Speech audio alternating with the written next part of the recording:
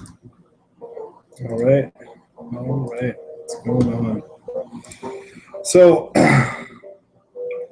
today we're going to be doing breakthroughs in the center, tagging the center, chapter 2 of Attack with Mikhail Tal. So basically, this is anytime the point of the opening is to control the center 4 squares. Now, once you have that out of the open, your job is to now attack. And the attack is either going to be in the center or in the flanks, the wings, depending on the actual concrete structure, how the pawns are structured, where the pieces are placed.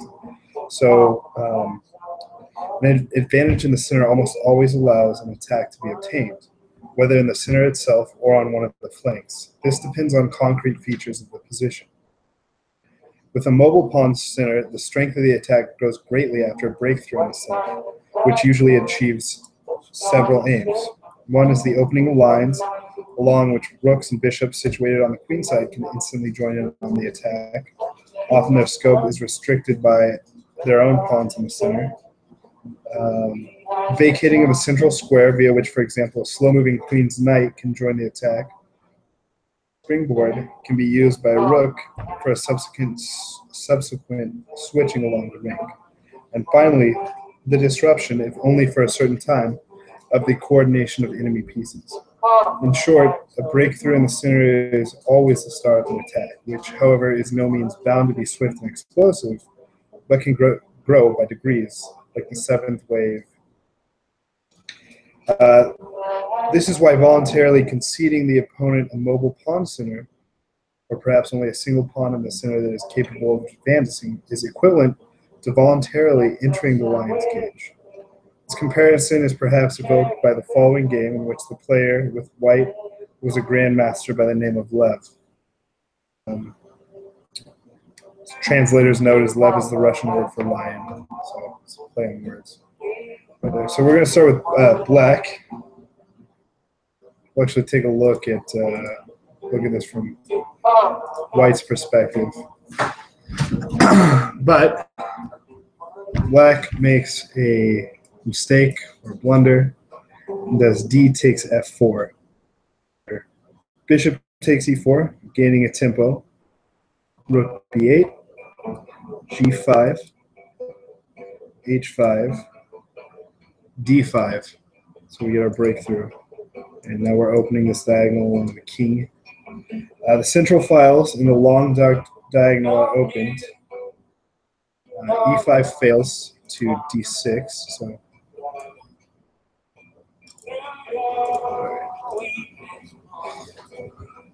So this move instead fails to d6. And white's leading development will quickly be decisive. So this is a winner. So d5. E takes d5. Knight takes d5. Knight c5. Queen c3 check. King h7. Bishop c2. Bishop e6. Sorry, bishop e6.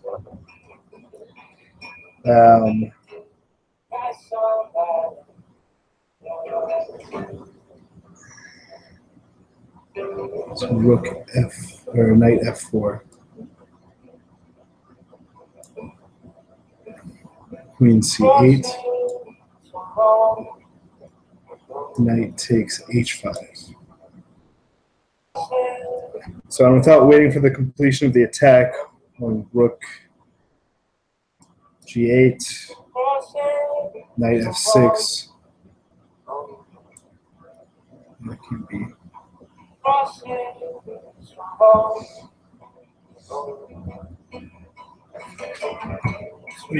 Knight takes g6. Oh, knight takes h5.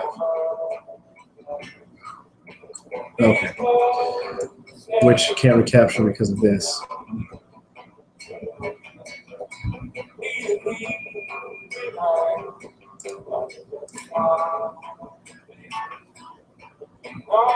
King c8. Rook takes, or knight takes h5. And rook g8, knight f6 check. Bishop takes f6. G takes f6. Followed by knight g5, h4, h5. So it's going to be pretty crushing. So black resigned here. Of course, such gifts of fate do not occur in every round. For a breakthrough in the center, one usually has to battle and pay.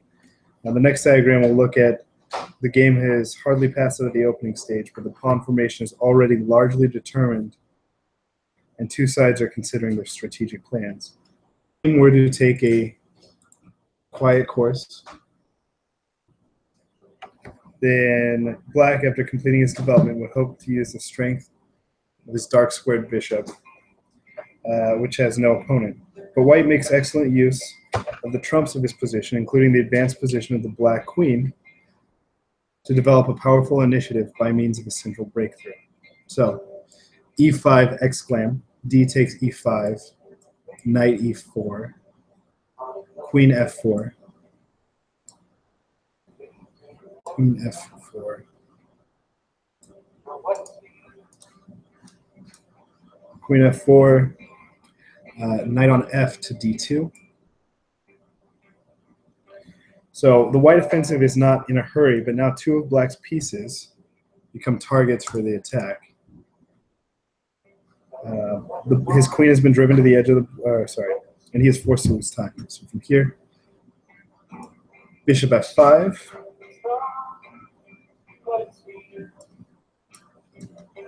bishop d3, bishop takes e4, bishop d7, g3, queen g4, h3, and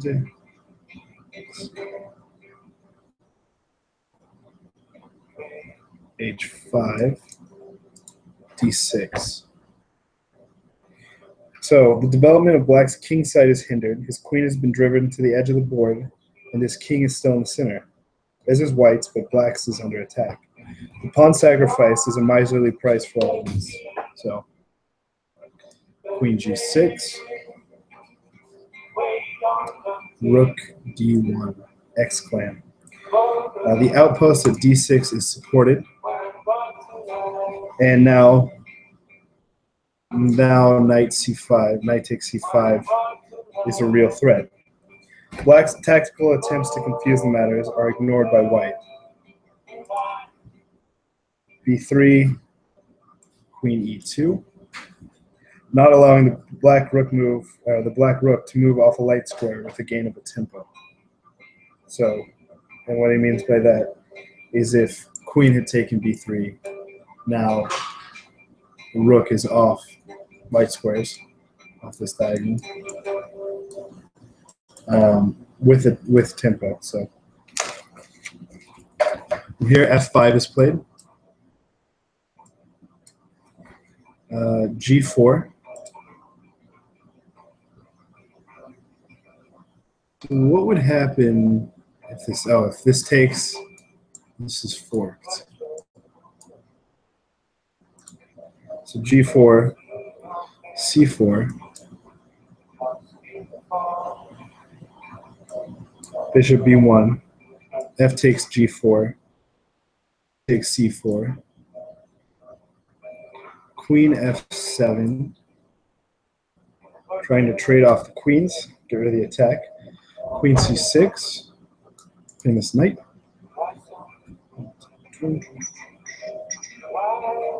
Rook D8. And H takes G4. The immediate knight was also possible since Queen F3 fails to the bishop check on G6. So forced mate to 6.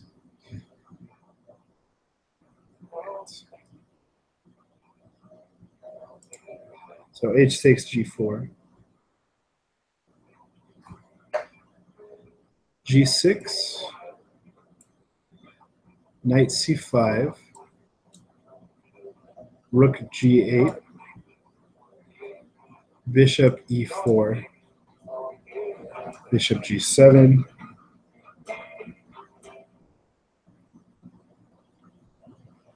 e6.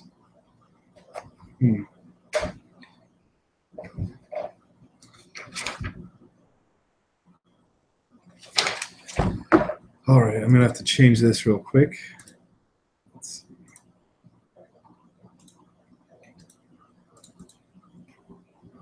see.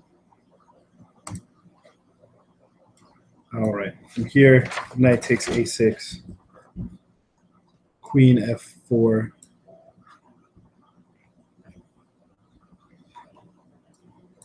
rook c7, or bishop, knight c7 check, king f7, queen c4 check, king f6, knight d5, and black resigns with the coming capture. So in this case, the breakthrough in the center was merely strengthened by the fact that the stranded black king was pursued. Breakthrough, a peace offensive against the castle position, is more common, as one of the authors experienced in the following game. So Tal is playing as white, or black, sorry.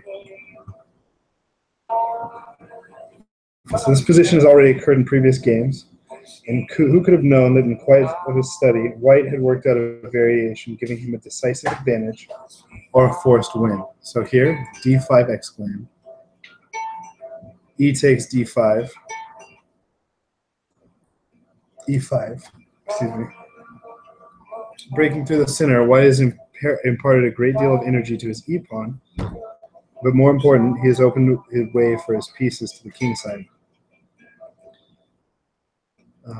Knight c4, queen f4,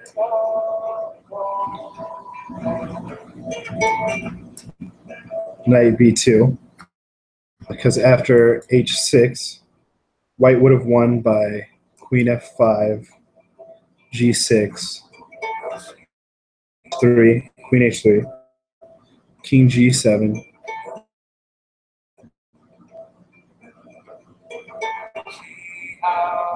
strange, e6, f takes e6, knight d4, threatening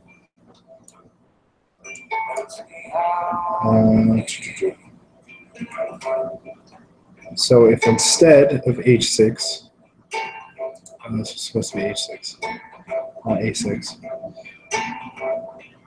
but instead of h6 or a6 as we played, rook c6,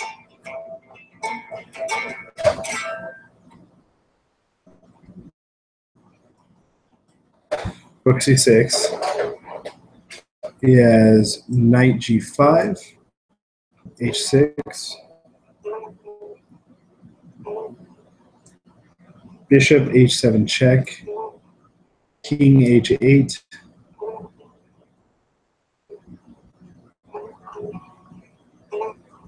knight takes f7 check, rook takes f7, queen takes f7, queen takes b7. Exchange. And if instead of doing king takes h7 here,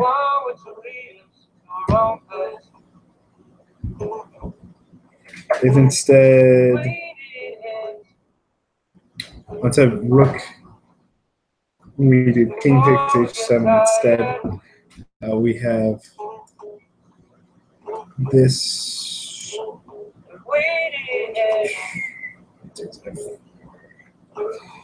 And E6 X card.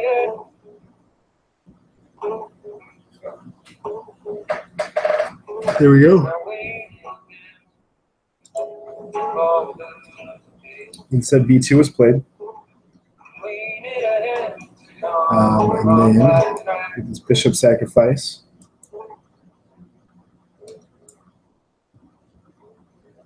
King G6. Sorry. King G6. H4. This is coming with the unequivocal intention of giving mate on, let's say, for instance, we do this. H5, king takes H5, G4 check, G6, Queen F5,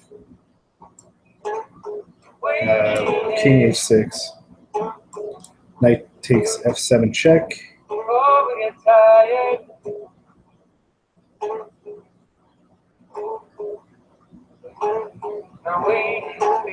so takes me.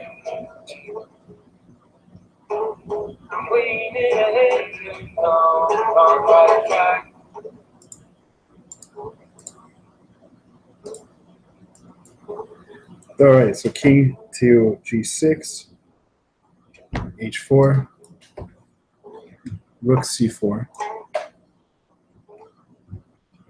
H5. It's interesting seeing tall on the ropes like this. Okay, let's see, sorry. H5, H6.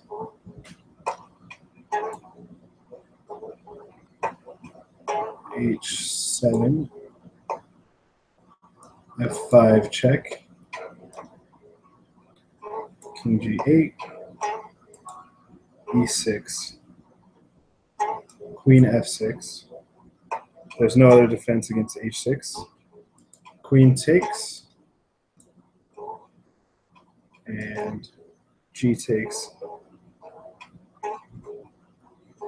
So now this is what actually occurred in the game, so there were some inaccuracies. So D2.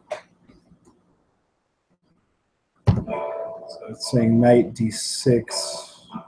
It's more energetic. So C6. D2. C6. Rook takes B2. Rook E8. Knight H6. King H7.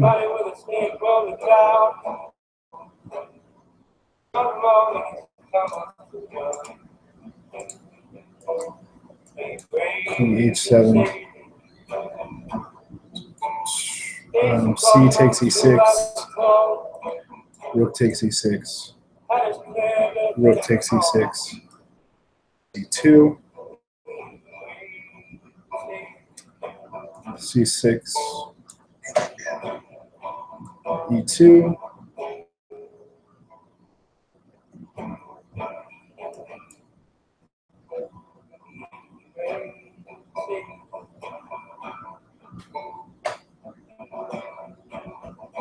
I still think, yeah, rook E7.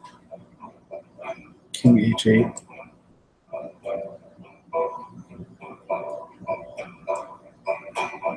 Knight H4. F5.